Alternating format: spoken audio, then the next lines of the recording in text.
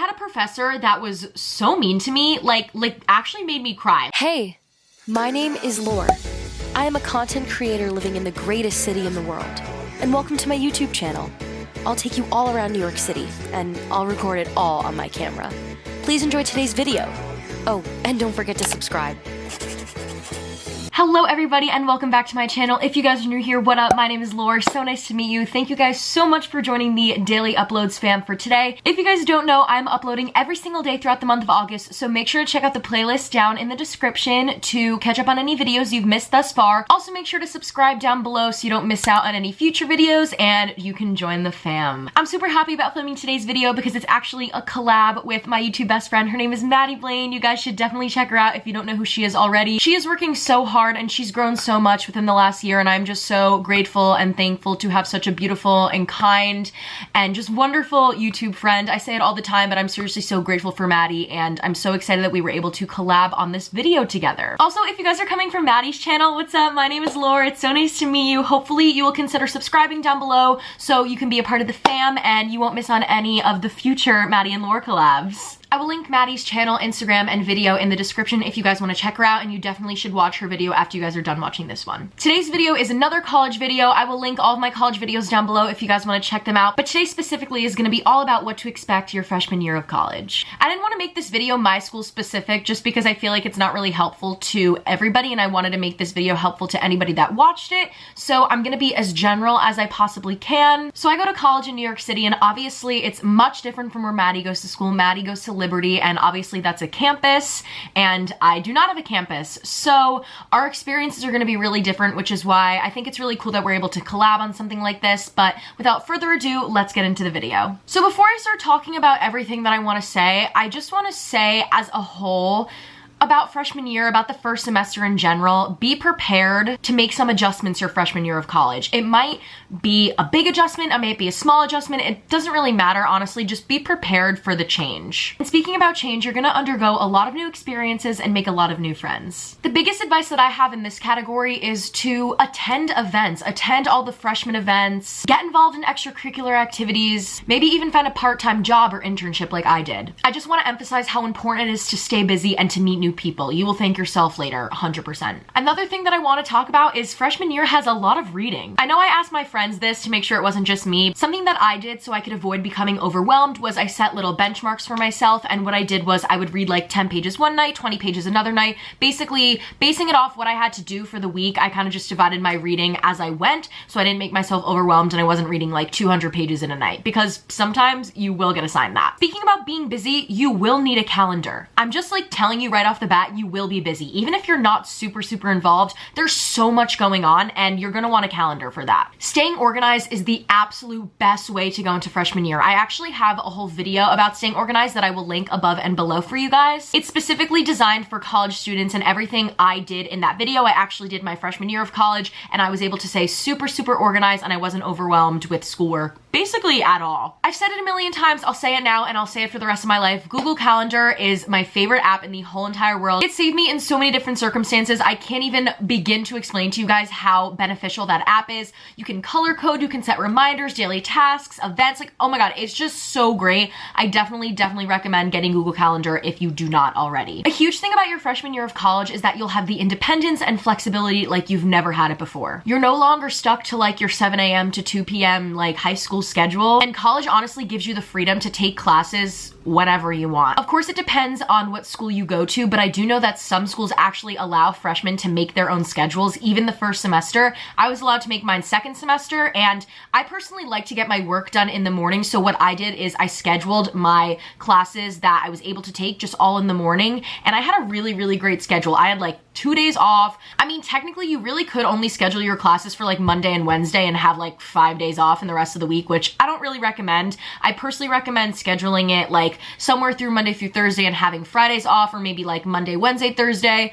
There's definitely so many different ways to do it. It's like a big puzzle piece, but once you figure it out, you will be golden. And to continue on to my next point about classes, introduction classes are boring, but they're an absolute necessity. And they're also required, so you're gonna have to take them anyways. But yes, part of freshman year is taking the dreaded general education classes. You probably have no interest in any of them. I actually kind of like some of mine, but you probably have no interest in any of them. But how I like to look at it is there's two ways to tackle classes like these. You can think of them as a waste of your time and you're basically going to struggle studying and even getting up and going to the class, or you can view these classes as a small necessary step to accomplish your long-term goals. I love to set intentions. That's like a huge thing for me. So setting the intention that you'll find the purpose in these introductory or gen ed classes will make the time pass smoother and you'll just do better in the class. You'll get better grades. In this case, your perception is your reality. Moving on to some more people aspects of school, it's actually so easy to make friends. You have to think about it. Everybody is in the same boat as you, especially when you're living in the dorms. In the dorms, you're going to be living with hundreds of different people and it's honestly going to be so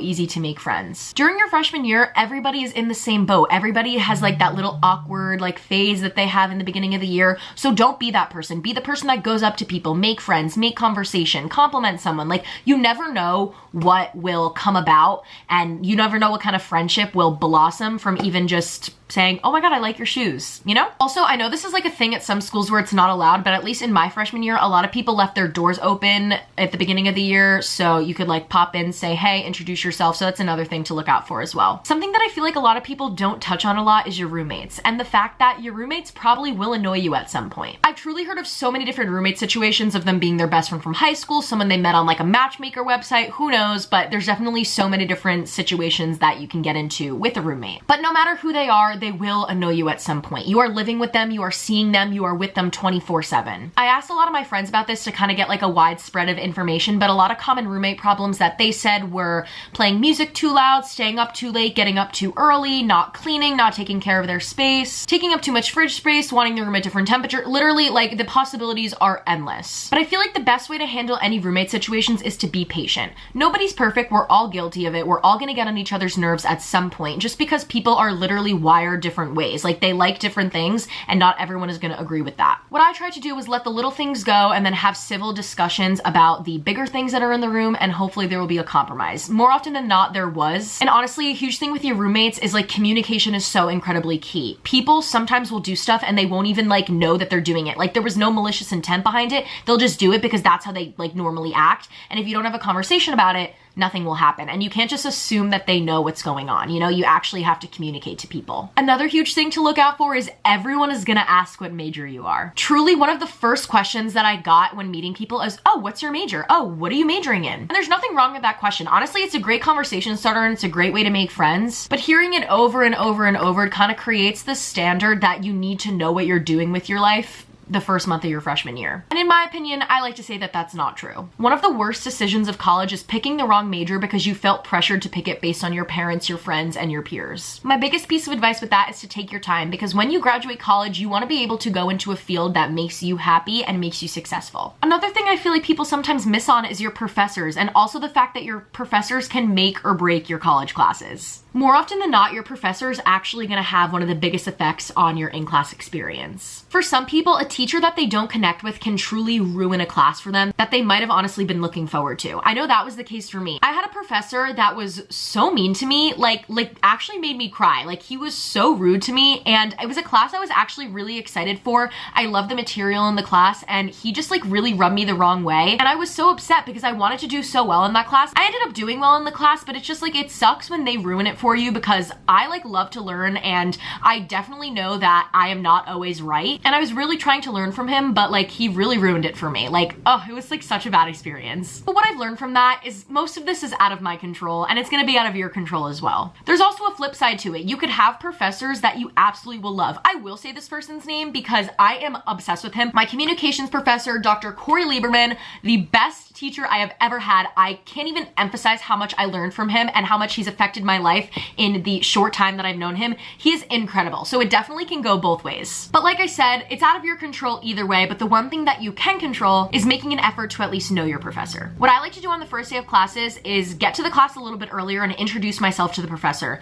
More often than not, they will help you out in the long run if they know who you are, know your name, know how you are as a student, and just showing them off the bat that you want to be there and you want to learn is so helpful because I promise you, there will be times that you need that extension on that paper, and if you're not like buddy-buddy with the professor, they probably won't give it to you. Another thing that I want to talk about is getting homesick. Honestly, I didn't think I was gonna get homesick in college just because I literally live like 20 minutes from my school, but like really thinking back on it, I think I did to some extent. I mean, let's be honest, you're probably gonna miss something about home. It could be like your bed, it could be your mom's cooking, it could be honestly anything, even your friends. Learn from my mistakes before you get too emotional about it. Acknowledge that feeling as natural. To be worried is something that everybody will experience at some point in their life. So if you recognize that feeling worried is just a rain cloud that's gonna pass right over your head, everything will be fine in the end. Replace the feeling of being worried by thinking about all of the new experiences and people and just things you would have missed out on if you weren't at college. And the best part is with technology nowadays, your family and friends are literally just a FaceTime or even a Zoom now or a call away. Seriously, I think I called my mom like 3 times, maybe 5 times a day. Even when I would like walk home from class, I would just like call my mom and be like, what's up? Like, I don't know, some people don't call their parents, but I personally became closer with my family when I wasn't home. So it's different for everyone, but know that feeling worried is 100% valid and you will get homesick, but you can definitely overcome it. Now, the next thing I want to talk about is studying can become impossible if you don't find your place. Again, I think this is something that's not really touched on a lot, but I truly think that college students only think about when they're going to study and how long they're going to study for, not where they're gonna study. I'm just being honest with you guys, your study environment plays a critical role on the quality of your study time. I only struggled with this for a little bit in college because I ended up finding my place, but I know at like my school, the library was like not the place to be. Everyone was like screaming all the time, so like that was out. My roommates were like always home, so I couldn't study in my room, so that was out. I found the secret place in my building that I got all my studying done, and I am so grateful. On the 12th floor of my residence hall, there was a private study lounge that was actually the quiet study lounge, and no one knew about it because it was the quiet study lounge. So you had to like be studying in there. You couldn't just like go in there and hang out with your friends. They left it specifically for people that were doing homework. And I guess I can say it now, like it doesn't really matter, but like I lived on the 12th floor. So it was like 2 steps away from my door, and it was so nice because no one knew about it and no one was ever there. I would literally bring all my stuff. I would go in a fuzzy blanket in pajamas and like plant myself there at 7 a.m. on the weekends and stay in there the whole day. And it was so nice because I was just by myself and like I didn't have any issues, no interruptions, no one was ever there. Another thing I want to talk about are the fact that community bathrooms are disgusting. I did not have a community bathroom my freshman year, but I did experience the beautiful community life at UCLA when I was there for pre-college. If you don't know what a community bathroom is, it's basically when your whole floor or like your hall, whatever, they share a bathroom.